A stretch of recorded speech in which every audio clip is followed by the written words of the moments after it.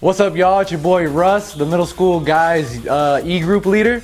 Last week we talked about what it meant to surrender to God and the things that we need to do when we're making decisions. Just think about it this way. You're riding down the road and you're getting kind of hungry and you want to stop at an exit. You feel like God's pulling you that I need to get off at exit 322. But you know what? You're like, you know what, God, that might be a good idea, but I think exit 323 is a little bit better. So you stop, and there's nothing there to eat except for Waffle House. And if you've never been to a Waffle House, just think of a dirty gas station that sells waffles. And that is pretty gross. And then you come to find out later on, if you would have stopped at exit 322, that there was a grand opening at Chick-fil-A. You could have got Chick-fil-A for a year. Free Chick-fil-A. Chick-fil-A sauce, you could just drink it out of a straw. It'd be great.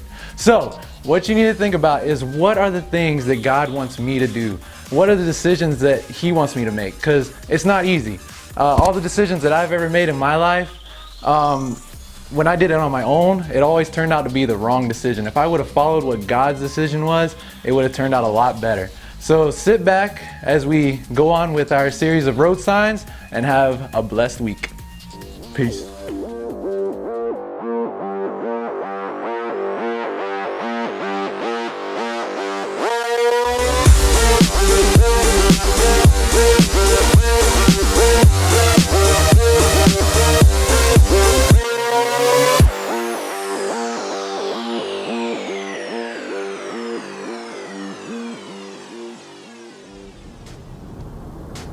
What's up, guys? We are continuing our series called Road Signs. So glad you're back with us.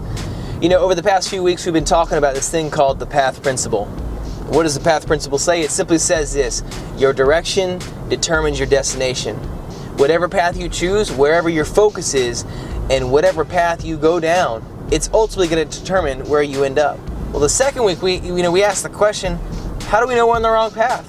Simply, God gives us warning signs. He tells us.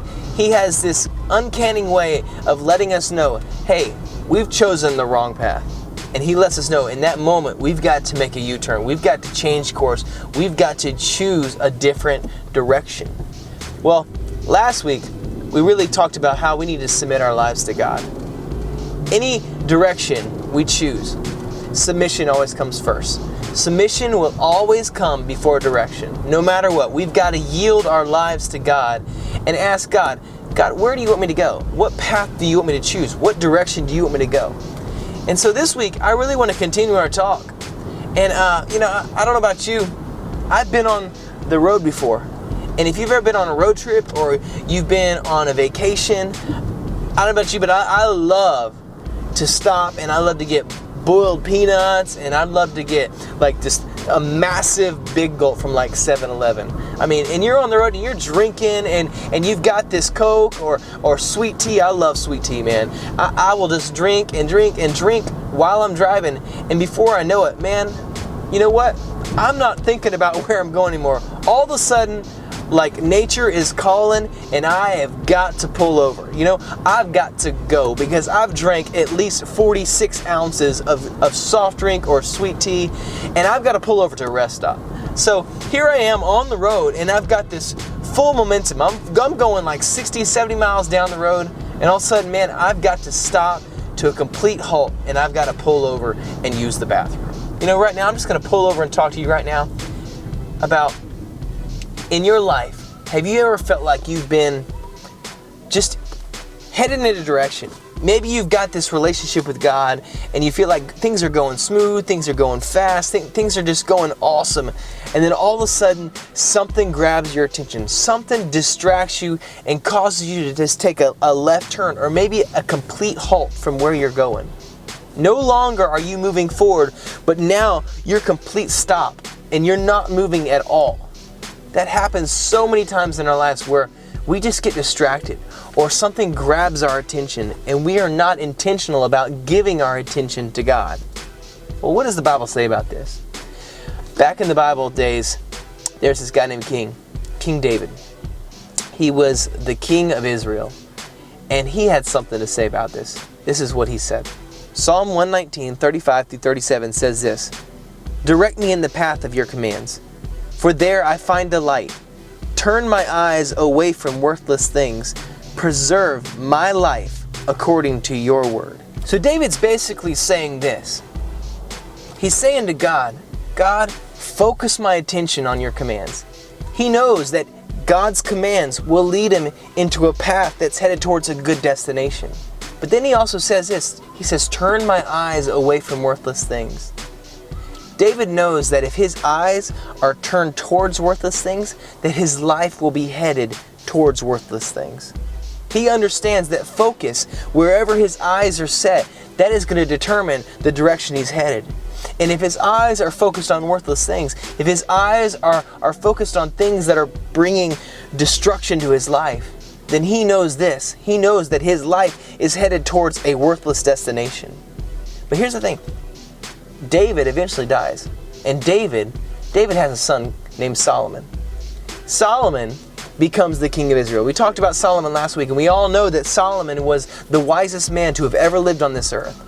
Solomon continues this same thought, and he writes this in the scriptures. Proverbs 4:25 through 27. Let your eyes look straight ahead. Fix your eyes directly before you. Make level paths for your feet, and take only ways that are firm. Do not swerve to the right or to the left. Keep your foot from evil. What is Solomon trying to tell us here? Solomon understands this. Wherever our gaze is, which means basically wherever we're looking, wherever our attention is, wherever our focus is, wherever that is, Solomon knows that wherever our focus, our attention is, that's where our life is going to be pulled to. He understands if we get distracted and our eyes are turned towards worthless things, they're turned towards things that are destructive to our life, if they're turned towards things that are hurtful to our walk with Christ, then he understands that our life is going to be headed towards destruction. What's crazy is this. Years later, a man comes to this earth, and his name's Jesus, and he continues this same teaching. This is what he says. The eye is the lamp of the body. If your eyes are good, your whole body will be full of light. So what is Jesus really trying to say here? What does this whole illustration of this lamp thing mean? Well, this is what he's trying to say. Back then, obviously, they didn't have electricity, right? They didn't have any way of having a flashlight or a light bulb or whatever. So if they wanted to go anywhere at night, they had to carry lanterns. They had to carry a lamp. And if they wanted to see, then they had to hold the lantern way out in front of them. Way out in front of them. Because obviously the lantern, wherever that was, it only lit a small area in front of them. So wherever the lantern was, wherever their lamp was, that's where they could see. That's where they were headed. That's where their life or their feet were walking towards. And so he says, man, your eyes are like lamps. Wherever your eyes are focused, wherever your attention is, that's where your life is headed. That's where your path is going to be going towards. That's where your walk is headed towards. So your eyes are lamps. He also goes on to say this. If your eyes are good, your whole body will be full of light. So what is Jesus saying here? Jesus is trying to stress the point of this. Wherever your attention is, whatever's got your attention, wherever your focus is turned towards, that's where your life is headed. Here, the only way to make the point is this. When I was driving, when I first started driving, I had my permit, right? And I was 15 years old, and I'm in the car with my mom, and she's sitting in the passenger seat, and we're driving along, and we're heading down the road, and we're just kind of talking, and we're just hanging out, and she's kind of just really observing how I'm driving. She's observing just my skill set and what I need to fix and what I need to improve on. Well, as we were talking, we're driving down the road, and I would look at things out the window, and I would say, oh, look over there, or hey, look over there. And as I pointed, wherever I pointed, for some reason my hand would turn as well with the steering wheel, and all of a sudden you would feel the car kind of drift. So it told me at a very early age, wherever I'm looking, wherever my focus is, that's where my life is going to begin to drift. And just as that day when I was driving in the car with my mom, and I pointed out the window and I felt the steering wheel drift to the left or drift to the right, wherever I was pointing, wherever I was looking, the same thing is true in our spiritual walks with Christ. Wherever we turn our attention, whatever grabs our attention, whatever distracts us from the true will and the true plan and the true path God has called us down, our lives will soon begin to drift wherever our eyes are focused. So I want to ask the question. Here's the simple order of this whole path principle. It is this: attention, direction, destination. It's in that order. And so my question to you is this: what has your attention? What's grabbing your attention? Because that attention is going to determine your direction. And that direction will determine your destination. So what has your attention right now? My last question is this: what do you need to give your attention to? What should you be turning your attention to and away from?